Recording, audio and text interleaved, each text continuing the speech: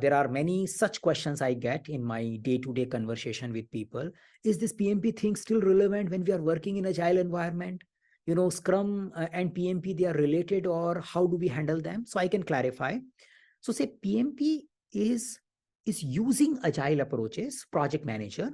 PMP way of working is relevant if you are working in a project mode, which means you have a temporary endeavor. You bring some vendors, clients, teams together for a goal. And once the goal is achieved, you dismantle them. So that's a project way of working. If you're working in a project mode, then PMP is relevant. If you are not working in a project mode, so for example, you have a dedicated product and you have created 20 people team who will keep working in the product for next 2 years, and they keep releasing the incremental value. They don't have to make any detailed forecast, or they don't have to do a kind of budgeting for a given duration. Very critically, they continue working there and team is there. It's not a temporary, it's a permanent team. Then PMP way of working may not be suitable for you. So it is not about agile or non-agile. It is about project or not project. If you are working in a project mode, you probably will get lots of value by learning a PMP content. The another thing is PMP is saying we are not focusing on working in agile or not working in agile. We are only focusing on achieving the project values. So if I achieve project values by using agile, that is also good. If I use project values by doing predictive lifecycle, that is also good. So it is not stitched to any particular method, yeah, or a framework. It is saying whatever suits you, you do it. And I learn as a project professional that skill, or at least I communicate in my profile that I know that much. That is something is a PMP certification focus area. Now, second question I usually get is how Scrum is included in PMP, because we don't have a project manager in Scrum. Yes, you don't have a project manager in Scrum, and you don't have a project in Scrum also. Yeah. So Scrum guide will not talk about project. If you do control search in a Scrum guide, you will not find a word project. The Scrum is prepared for a product way of working. But in many organizations, the ideas from Scrum is also used for project way of working. So when you apply Scrum ideas in a project mode, you probably will get a value from knowing PMP certification content as well as from the project manager. So yes, you don't prepare using Scrum guide for PMP certificate.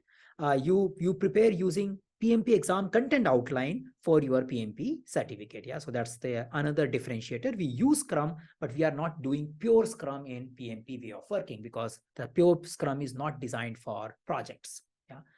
The another question comes in many classes and conversation is, do I need to memorize lots of things? Now, traditionally, the PMP was prepared using PMBOK, and PMBOK 6 especially had a lot of processes, and there was some input, tools and techniques and outputs, and people used to memorize them. And that understanding of what goes where used to help them in probably navigating the question.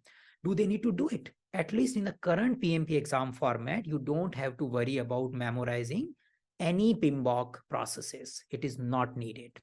Now, how much agile knowledge for PMP? I explained that around 70% of the content is influenced by agile, which means the 42% of people domain and 25% of your process domain content purely, and some percent of your business domain content is influenced by agile. So knowing the agile way of doing leadership and knowing the agile things makes you ready for the success. So that's the easiest way to get PMP certification.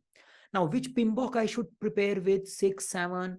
So PMI has clearly said that exam content outline is not covered in any of the PMBOK. Yeah. PMBOK 6 gives you good project management fundamentals. PMBOK 7 gives you good project management principles. Now, in a new PMBOK 7, they have created a process guide, separate project management process guide, which is like PMBOK 6 only.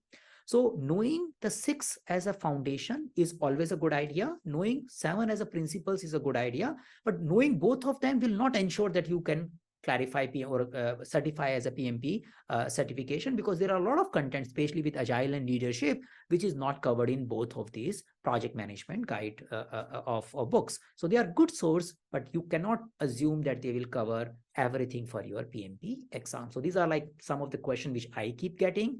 So I thought I explain them in case someone has a follow-up here, we can explore before we go into a little bit of knowing how do we run our class.